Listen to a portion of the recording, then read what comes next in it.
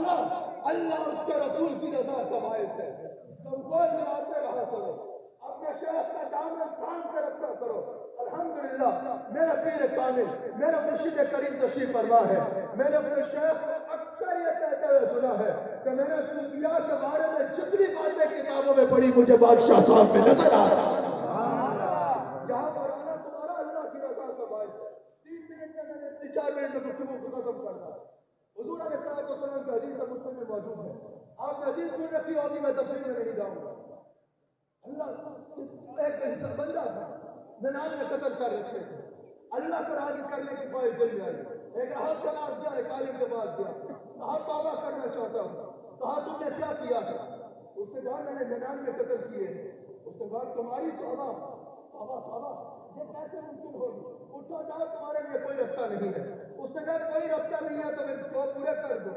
اگر تمہاری طرف سے میں مایوس ہوا ہوں تو تمہیں بھی کام کر دیتا ہوں, اس بندے کا بھی کام کر رہا ہے. 100 پورے دو.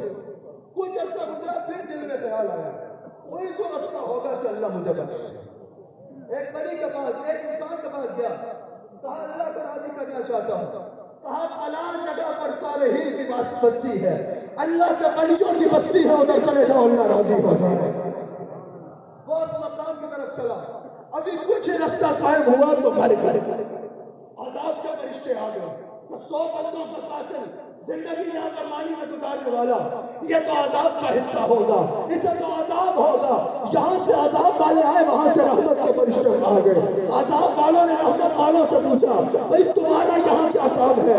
اس نے تو زندگی میں کوئی خیر کا کام نہیں کیا. رحمت والوں نے کہا زندگی جیسی بھی گزاری, دیکھا یہ جائے گا جا کہاں رہا تھا, جا اللہ کے ولیوں کے پاس رہا تھا, جا رحمت کی تلاش میں رہا تھا. حدیث میں حضور بیان فرما رہے ہیں ان دونوں کے بیچ جھگڑا ہو گیا. عذاب والے کہہ رہے ہیں یہ ہمارا حصہ ہے, رحمت والے کہہ رہے ہیں یہ ہمارا حصہ ہے. اللہ نے ایک تیسرا فرشتہ بھیج دیا, اس نے کہا میں تمہارے بیچ فیصلہ کرتا ہوں. اللہ کہہ رہا ہے زمین کا فاصلہ ناپو. زمین کا فاصلہ ناپو, اگر یہ گھر کا زیادہ قریب ہے تو رحمت جہنم, تو عذاب والوں یہ تمہارا ہے, اس کو جہنم میں بھیجا جائے گا. اور اگر یہ اللہ والوں کے در کے قریب ہے تو اسے جنت میں بھیجا جائے گا. لوگ کہتے ہیں تم کون کیوں جاتے ہو, اتنا سفر کر کے تم کون جاتے ہو؟ اللہ گھر میں نہیں ہے, گھر میں دعا کر لو. میں پوچھتا ہوں, حضور یہ واقعہ بیان کر رہے ہیں, مسلم میں موجود ہے. یہ ناپا کیا جا رہا ہے؟ یہ ولی کا کیوں ناپا جا رہا ہے یا اللہ کا؟ ولی کا کیوں ناپا جا رہا ہے؟ اللہ تو شہرت سے بھی زیادہ قریب ہے, اللہ تو ہر جگہ موجود ہے. جس گھر سے وہ چلا کیا اس گھر میں اللہ نہیں تھا, جس شہر میں وہ چلا کیا اس شہر میں اللہ نہیں تھا. پتا چلا اللہ نے زمین کو کہا ایک طرف سے سکڑ جا, ایک طرف سے پھیل جا. اس کا فاصلہ گھر سے زیادہ ہوا, اللہ والے کے قریب ہوا. اللہ نے فرمایا اس کو جنت میں بھیجا جائے گا.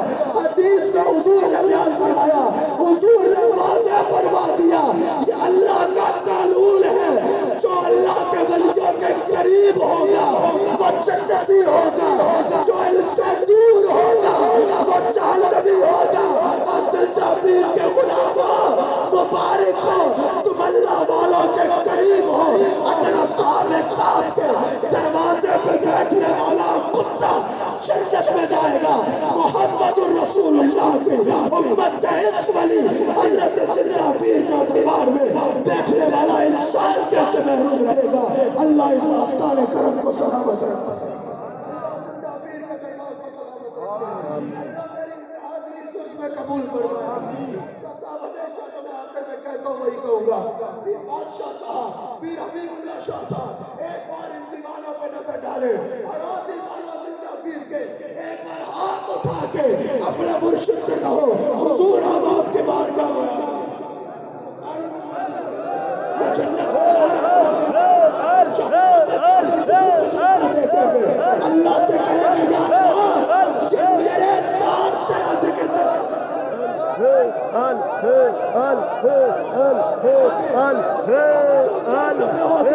بخاری کے مطابق اگر بخشش کی نظارت کرے گا تو اللہ والے کی نگاہ. حضور ہم آپ سے محبت کرتے ہیں. اللہ شاہ صاحب ایک بار آپ کی نظریں چار طرف گھومے اور ان چار جانب شاہ کے چہرے دیکھے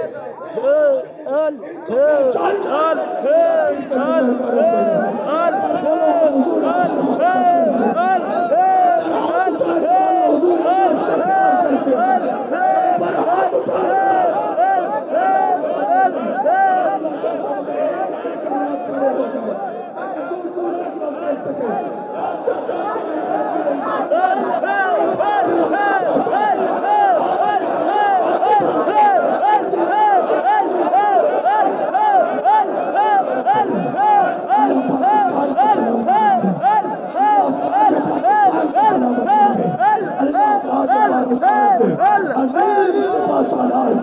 مزید بڑھ چڑھ کے خدمات ادا کرنے کی توفیق عطا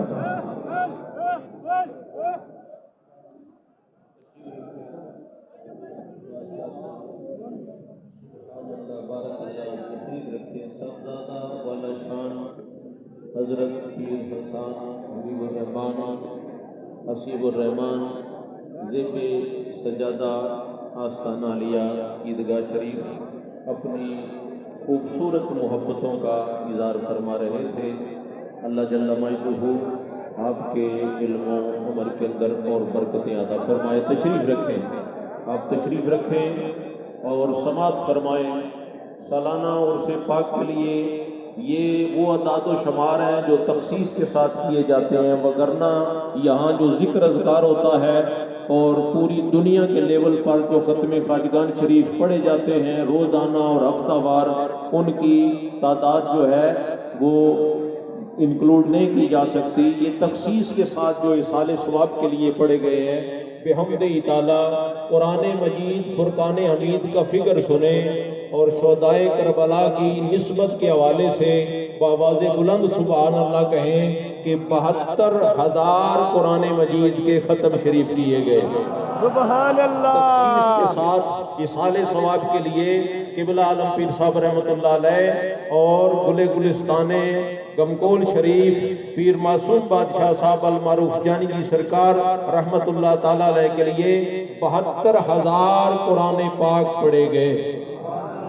اور درود پاک تو اعداد و شمار میں نہیں آتا، لیکن یہ جو گنتی کی گئی ہے اور گنتی کے ساتھ جو پڑھا گیا ہے، اس پر بھی آپ اونچا سبحان اللہ کہیں۔ یہ 1,30,20,80,000 مرتبہ، سبحان اللہ، 1,30,20,80,000 مرتبہ مختلف آیات مبارکہ 40,20,10,000 مرتبہ، اور ختم خواجگان تخصیص کے ساتھ 9,000 مرتبہ، نوافل 42,000 مرتبہ، نفلی روزے 950 رکھے گئے، اور عمرہ کیونکہ اکتوبر میں عرس مبارک ہوا اور نومبر دسمبر میں غلام حاضری کر سکے سال ثواب کے لیے، پھر عمرہ اس وبائی مرض کی وجہ سے بند کر دیا گیا۔ اللہ اس مرض سے بھی ملک و ملت کو نجات عطا فرمائے، عالم انسانیت کو نجات عطا فرمائے۔ عمرے کی تعداد 1,000 ہے جو قبلہ عالم پیر صاحب اور جانی سرکار کے لیے کیے گئے۔ طواف بیت اللہ شریف 700 مرتبہ، اور کلمہ شریف تو آپ سارے جانتے ہیں کہ گنا نہیں جا سکتا، کیونکہ یہ اس آستانہ عالیہ کا ترہ امتیازی کلمہ شریف ہے۔ پیر صاحب فرما رہے تھے کہ روزہ دیکھیں تو اللہ یاد آتا ہے، بادشاہ صاحب پیر جی سرکار کا چہرہ دیکھیں اس میں تو کوئی شک نہیں، لیکن یہ دیوانے تو وہاں جب تیاری کر رہے ہوتے ہیں تو پھر بھی انہیں اللہ ہی یاد ہوتا ہے۔ جب گمکول شریف کی طرف سفر ہوتا ہے تو پھر بھی گاڑی میں ذکر لا الہ الا اللہ ہی ہوتا ہے، اور یہ وہ وادی جنت ہے جس میں ہر لمحہ اللہ کا ذکر ہوتا ہے۔ میرے نبی علیہ السلام نے فرمایا، میرے صحابہ جب جنت کے باغوں سے گزرو کچھ کھا لیا کرو۔ عرض کیا کہ دنیا میں جنت کے باغ، فرمایا حلقہ ذکر ہیں۔ میرے قبلہ عالم پیر صاحب رحمت اللہ علیہ نے اپنے غلاموں کو وہ تحفہ، وہ انعام، وہ فیضان عطا فرمایا کہ جہاں چند بیٹھ کے اللہ کا ذکر کرتے ہیں، حضور کے فرمان کے مطابق وہ جگہ جنت کا باغ بن جاتی ہے۔ وہ کلمہ شریف آپ سماعت فرمائے 80 کروڑ 40 لاکھ 60 ہزار مرتبہ تخصیص کے ساتھ گنتی کے ساتھ پڑھا گیا۔ اب وقت تو اجازت نہیں دیتا، لیکن آپ نے جو پیر صاحب سے حدیث سنی ہے، ایک بات میں صرف عرض کروں اس کے حوالے سے کہ اللہ نے کہا کہ زمین کو سکڑ جا، تو جب سکڑ جا تو پیمائش کی حیثیت کیا رہی؟ ناپ تول تو انصاف کے لیے ہوتا ہے کہ فریقین کو فرق نہ لگے۔ مولا تو تو بڑا عادل ہے، تو تو عدل کرتا ہے، تو زمین کو کہا سکڑ جا، تو یہاں تو عدل نہیں نظر آتا۔ فرمایا عدل کرتا ہوں لیکن میرے ولیوں کا غلام بن جائے تو پھر عدل نہیں کرتا، فضل کرتا ہوں، اور فضل تیرے در لوہے کرتے سنگ پھٹیاں تے جڑ کے کتے جنت جان محمد سنگ ولیاں دے لگ کے اس پر آ جا سکتا ہے، لیکن میں اختصار کے حوالے سے آپ کی خدمت میں عرض کروں کہ پوری توجہ کے ساتھ آپ ختم پاک سماعت فرمائیں۔ شجرہ شریف پڑھا جائے گا، ملک و ملت کے وسیع تر مفاد کو سلامتی کو ذہن میں رکھیں۔